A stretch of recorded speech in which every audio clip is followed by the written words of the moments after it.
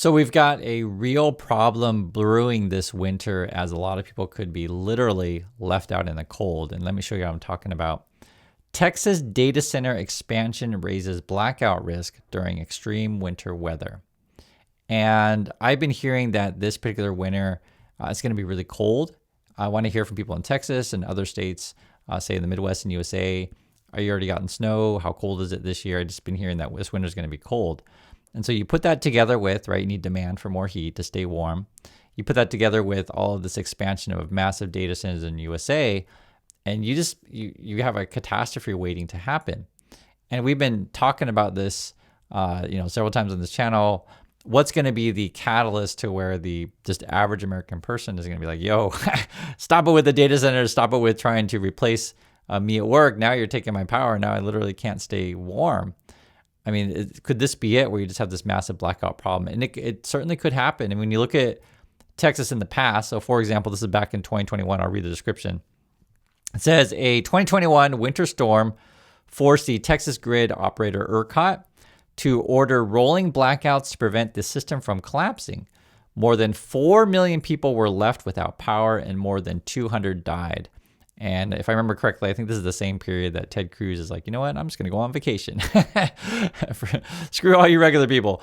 And honestly, I think that it's going to be like this again. Places like Texas don't care that much for regular people. I'm just being frank with you guys. And, when you read the description of it too, I'll just read it. It says, Texas is attracting a huge amount of data center demand. So I guess everyone wants to build their data centers in Texas due to its energy resources and business-friendly environment, right? So business-friendly environment would be like lower regulations, basically what it means, lower taxes. And so then people like Elon Musk will move his companies out to Texas because, hey, he can dirty the water, dirty the air, don't pay taxes. Fantastic, right? And look at all this energy. And by the way, maybe we'll have blackouts, but don't worry, it won't be you, Mr. Musk. It'll just be those other 4 million people that will be on and off with the power. It's like, great. And the people who do get power still, like let's say you don't have a blackout, your rates are probably going to go up. And this is also from CNBC. I'm showing you guys this stuff today.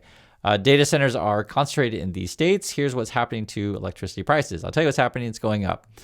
They were saying the average was, I think they're saying 6%. It says residential utility bills rose 6% on average nationwide in August compared to the same period previous year, right? So it's going to depend on your state. Some states may be double digits and maybe less than this or more, but maybe, in your neck of the woods, it's quite a lot, because look at this. This is a map of where the data centers are. It is all over. It is all over the place. And you can see right there. My home state, I can see it there in Oregon. I guess we got 100 to 200 of these things there. Some of the other states like California, Texas got 200 plus. Florida, I can see, has got a bunch, 100 to 200. But it's getting spread out everywhere, and they're building more. And essentially what you're looking for, if you're a data center, you want low regulations, you want cheap land, and you want theoretically abundant energy. And I say theoretically because they were describing one of these data centers in Texas. That says here, there's one 150 miles west of Dallas-Fort Worth. They're calling it the Stargate thing. I've talked about this before on the channel. Yes, they really do call it Stargate. I know it sounds stupid, but that's what they're calling it. And they're saying the campus could require up to 1.2 gigawatts of power. So that's equivalent to a large nuclear plant. So basically you need a lot of power for these things. It's stressful to go through this stuff, because to me it's obvious that we need to put like brakes on this stuff. But the way that Trump administration pushes this stuff out is essentially, hey, I'm building this, massive ballroom. All the donors are coming in and giving me money so I can build my ballroom. And isn't it wonderful and fantastic? And look at all this investment in communities. But it's all smoke and mirrors, because yes, you're going to have a job building the data center, but after it's open, those jobs will disappear. Those are temporary jobs, and the data centers will end up then eating up your power. I was looking at one of the Trump accounts. So this is Eric Doherty. He tweets out a bunch of Trump stuff. Let me just read what he says. I want you to see sort of how we're in the situation that we are from them. Breaking. Top White House official Dan Scavino just released a video of President Trump's golden Oval Office. And that's golden, all caps, right? Liberals say there's, quote, too much gold. In reality, it looks incredible, all caps, right? And they're just upset it's not them in the White House. Keep winning. And then if you want to watch the whole minute video of all the gold in the White House, you can. And it's such a strange thing to me because my instant reaction to this is like, so we're celebrating people worshiping the golden calf. That's literally what we're celebrating here. Like the White House guy's like, oh, you liberals are just so jealous. You wish you had all the gold, right? I mean, it's like literally his language is liberals say there's too much gold, and there's like, oh, in reality, it just looks incredible. They're just upset that it's not them in the White House. And you guys, may or may not know this because I talk about money all the time on channel. We talk about business and stuff like that. But when I was younger, though, I actually considered being a youth pastor. So these kind of stories, saying it's not good to worship the golden calf. I thought that was good messages to tell people. Basically, don't worship money, right? Don't worship wealth. Don't make gold your god, right? I mean, and these people in Trump administration, they all like to claim they're Christian, yet they're literally worshiping gold. It is absolutely insane. So I just wanted to show you that image to think about where we're at. And when you look at the Trump people also, they're even complaining that the population is not educated, which is I complain about too. But it's crazy that the stuff that they say is because you have to put this stuff together where like there's these massive problems in USA just like blinking, flashing red, or if you want to say flashing gold, you can. And it should be obvious to everyone, but this is the US population. This is from Department of Labor today. This is what they're tweeting out today, just about a few minutes ago. It says less than half of high school seniors are proficient in math and reading.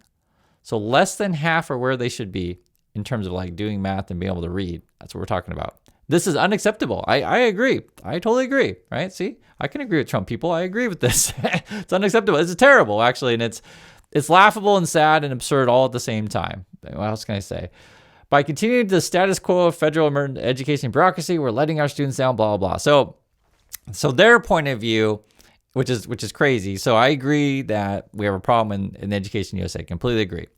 Their point of view is, therefore, we must destroy education as much as we can and privatize it. And, their head of education, the Trumpies, is hire a pro wrestling CEO. And I wish I was making up. It really is a pro wrestling CEO, McMahon, right? And the whole thing is crazy. And this all shows up in our news, okay?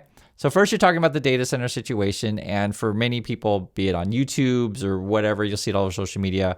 I'll just be frank with you guys. They think of AI as being like this magical, wonderful friend who's going to solve all your problems, and you don't have to think at all. You just give, Elon Musk, whoever, your subscription fee, and Elon Musk and his bots will do all the thinking for you. So that's actually how the average person thinks about AI. They don't think of it in terms of AI is going to come, take my job and take my power, right? Many people out there think, oh, look at this magical, instrument that makes funny, cartoons for me and does my math homework and my reading homework for me. That's what average people think. And it's frustrating because when I bring this other perspective up, all the, kids on YouTube get mad. Oh, Chris, you're so dumb. Don't you know AI is the future, bro? We don't have to think at all. I just have to push a button and it does it all for me. And this is why where we're at is because, the education system is just frankly failing people, and it's getting worse. And you look at the Republican, the solution is like, hey, let's destroy it even more. Great, right? It's so ludicrous. And I want to show you like how this shows up in the business world, et cetera. So look at this. This is, for example, this is in our news today in Korea. I thought it was interesting from Korea.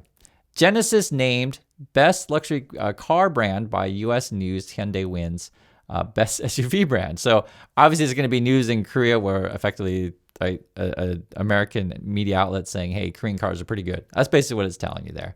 And I looked it up. This is U.S. News, World Report, right? So they put out their rankings of car brands. And I'll read through it because there are some American brands on here, right? So it says best car brand this year, I guess, is Honda. I would argue Toyota and Honda have always been very, very good cars in the USA. It's just a reality. If you wanted something dependable, get a Honda or a Toyota. And then I would say close second or third, however you want to say it, third and fourth, maybe Hyundai and Kia. But it's been like that for a long time. It's not just a 1 year thing. They're saying truck brand is Ram. So I think Chevy and Ford are always competing in that. Best luxury brand, they're saying Genesis. Electric vehicle brand, they put at Ford.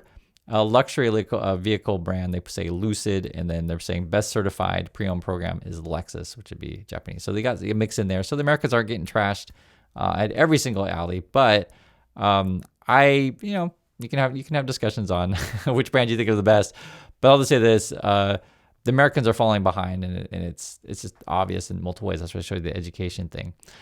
This was actually an article that came out. I just want to give you different perspectives.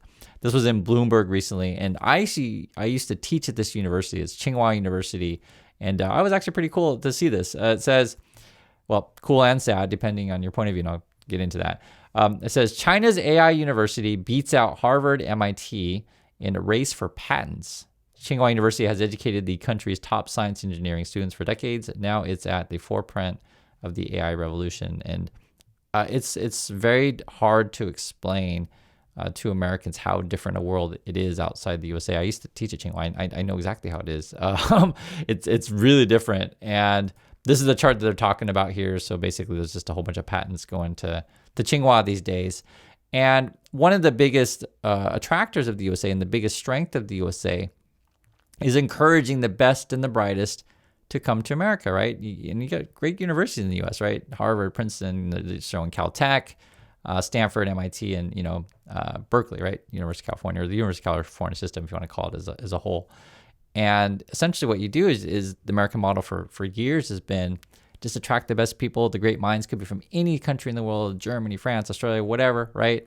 And come study with the best. You got professors from all over the world, and dominate in tech. And this is, in my opinion, like can drive the American economy forward. Like through research and education, you have a bunch of brilliant minds, and then you have access to be able to build great companies. Everyone has great jobs, et cetera. And then you look at the whole Trump policy, and it's really different than that.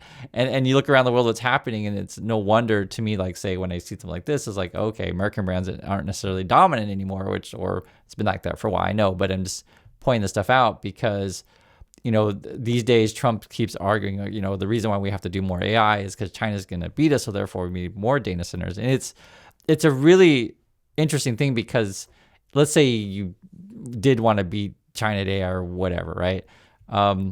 You're doing it in very strange ways. And the reason why I mentioned that, I was thinking about this today, and I don't know why people don't talk about this stuff. I guess because the dialogue is always, dealing with whatever Trump lies. But I feel like this day and age, Trump is, he's destroying education and then also selling off parts of America. And I don't know why people don't point that out. It was just something I was just thinking about today because people were asking, like, what if Saudi Arabia comes in and, buys Warner Brothers and, they're going to buy various video game companies or whatever, because, Saudi's in literally in the White House. You guys saw it was this week. And it's funny because Trump will try to paint this as being, hey, look at all these, basically saying he'll try to say, hey, look at all these foreign countries investing in USA, right? For example. But if you actually just look at the situation, so basically what you're saying is that Americans, are having trouble. They don't have jobs, and so we need other countries to bail out America. that's if you just think about that, and it's sad when you just look at the reality of what's going on. Because, for example, say here in Korea, just for example, whenever you meet someone who, we'll just say this, has a lot of money, let's be frank terms, you'll find out that their family has a factory in Vietnam, or their family has a factory in China, or their family has a factory somewhere. Point being is for Korea, because Korea is a very small country in terms of land mass, but people here, study, they research, develop designs, and then you use those designs to build things other places, then you sell it all around the world. And then that's a very similar model to what the US has, right? So say, for example, you have an Apple or whatever, Microsoft or whatever, doesn't matter, and then you do all the designs and that kind of work in the US, and you'll have it built other places. It's strange when in the USA, and I get the point of view, and I'll try to address it, when people are like, you know what, I don't want to design anything, I just want to be the worker bees for another country's company, and please bring us jobs other countries. I find it strange for the Americans to really be pushing for that kind of policy. And I understand that people want jobs. I completely understand, guys. I'm talking to you about it. Like, I'm being honest with you about this stuff, because I in my opinion, like, what would be a solution is, hey, let's say you love data centers and you just, want to push data centers nonstop. Well, what we should be doing at our universities is attracting the best and the brightest to develop alternate energy any number of ways to, essentially, if we need all this energy, like, let's make sure no one's out in the cold. Let's bring energy prices down by doing that. The Trump point of view on this stuff is like, let's just drill more and go with fossil fuels, which I think is a really bad way to go. You're talking about pollution and it's just unsustainable. That's why you want renewable and sustainable energy. I'm talking about energy and this stuff, that kind of stuff. And then it goes back to, that's why you want to have strong universities and attract people to do that. And because of the way that the Trump people are pushing away really intelligent people, let's be frank with you guys, then other countries are going to get stronger, right? I can easily conceive a future where, like, if you're a foreign student, you want to go study abroad, you're going to go to Canada, you're going to go to the UK, maybe you go to Australia, maybe even New Zealand, right? You could go to China, could even come here to Korea. And in fact, sometimes people ask me, like, what's the situation here in Korea? I will tell you the situation. You see it, it's been in the news lately. It's like they keep increasing the amount of foreign students that are coming here. Also, you see a lot of, like, what would say, tourism coming in, like money coming in, because K-pop and, Korean movies and dramas are really popular these days. You just basically see in the U.S. falling behind culturally, technology, and multiple things. And then I go back to the, why are we worshiping gold in the White House? Isn't it obvious? And so, like, for those people who are MAGA and you watch the channel and you say you love God and, Jesus and all that stuff, like, why are you supporting someone who's literally, like, worshiping the golden calf? And I'll leave it at that. I try to talk about multiple things. So that's my thoughts on this. I'd like to hear yours, and I'll catch you on the next video.